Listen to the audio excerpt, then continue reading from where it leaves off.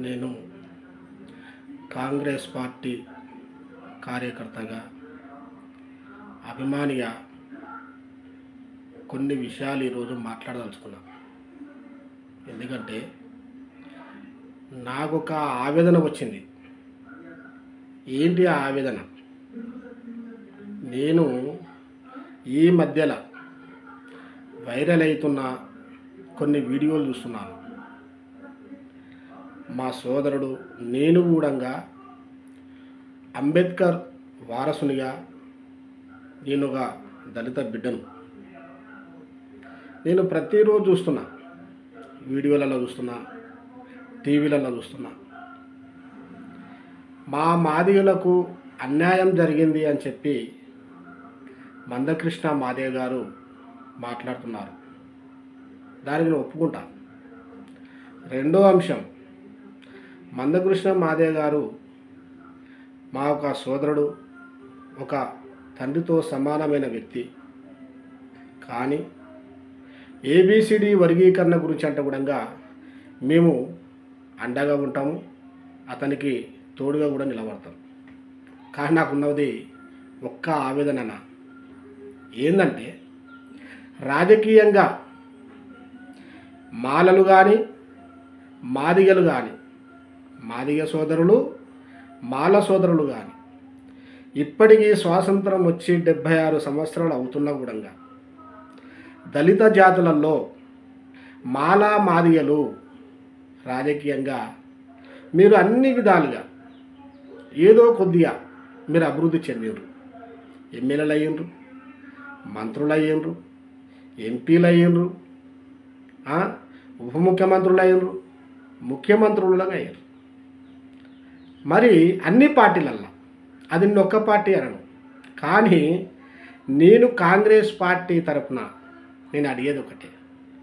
అవును, మా సోదరుడు మందకృష్ణ మాదిగ గారు అడిగేదాంట్లో తప్పు లేకపోవచ్చు.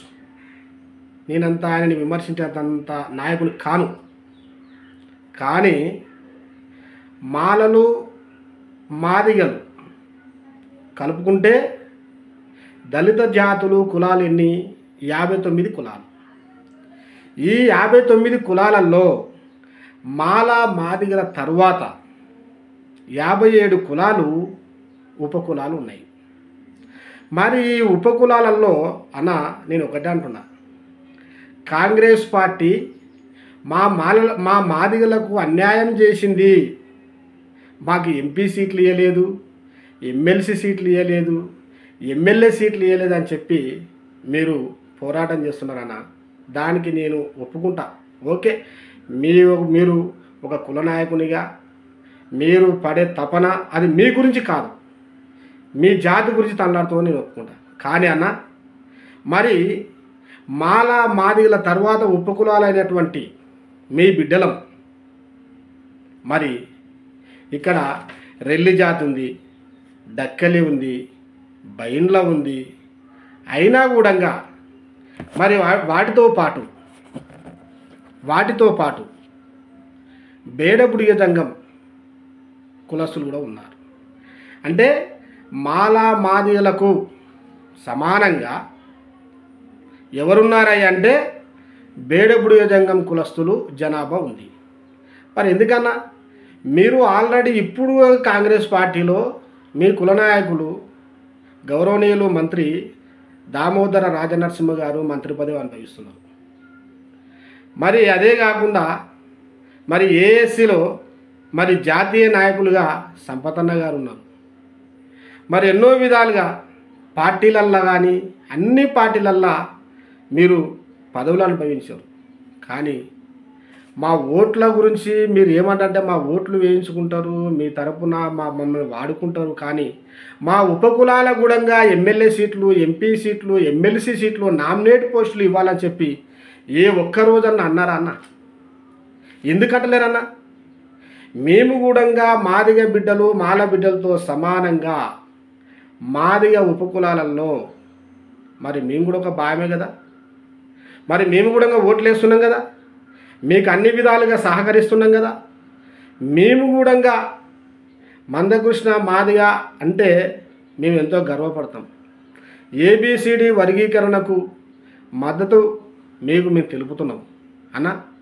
మరి ఎప్పుడు చూసినా ఏమంటారన్నా, మా మాదిగలకు అన్యాయం జరిగింది అంటున్నారు. కానీ మా మాదిగ ఉపకులాలలో కూడా మరి మాకు సమానమైన జనాభా కలిగినటువంటి బేడబుడిగ జంగాలు ఉన్నారు, మరి మిగతా కులాలు ఉన్నాయి, మరి వాళ్ళకు కూడా అవకాశం ఇవ్వండి, మాకు ఇవ్వకపోతే వాళ్ళకి ఇవ్వండి అన్న. ఇప్పుడు పార్టీలో మీకు ఒక మంత్రి పదవి ఇచ్చారు, ఎమ్మెల్యే పదవులు ఇచ్చారు, మరి మిగతా పార్టీలలో కూడా మీకు అవకాశాలు వస్తున్నాయి మీ పోరాటం వల్ల. మరి అదే పోరాటంలో మమ్మల్ని కూడా మీరు పైకి తేవాలని చెప్పి నేను కోరుకుంటున్నాను. మరి మా గురించి కూడా మాట్లాడాలి కదన్న. మీరు మా మద్దతు తీసుకుంటారు, కానీ మేము మాదిగలకు మాత్రమే సీట్లు ఇవ్వాలని కొట్లాడతారు. మా మద్దతు తీసుకుంటారు, మీ మాదిగలకు మాత్రమే ఎంపీ సీట్లు ఇవ్వాలంటారు. మా ఉపకులాల మద్దతు తీసుకుంటారు, మీరు మంత్రులు అవుతారు. మా ఉపకులాల మద్దతు తీసుకుంటారు, మీరు పోరాటాలు చేస్తారు. మా ఉపకులాలకు న్యాయం చేస్తామంటారు, మేము ఒప్పుకుంటాం.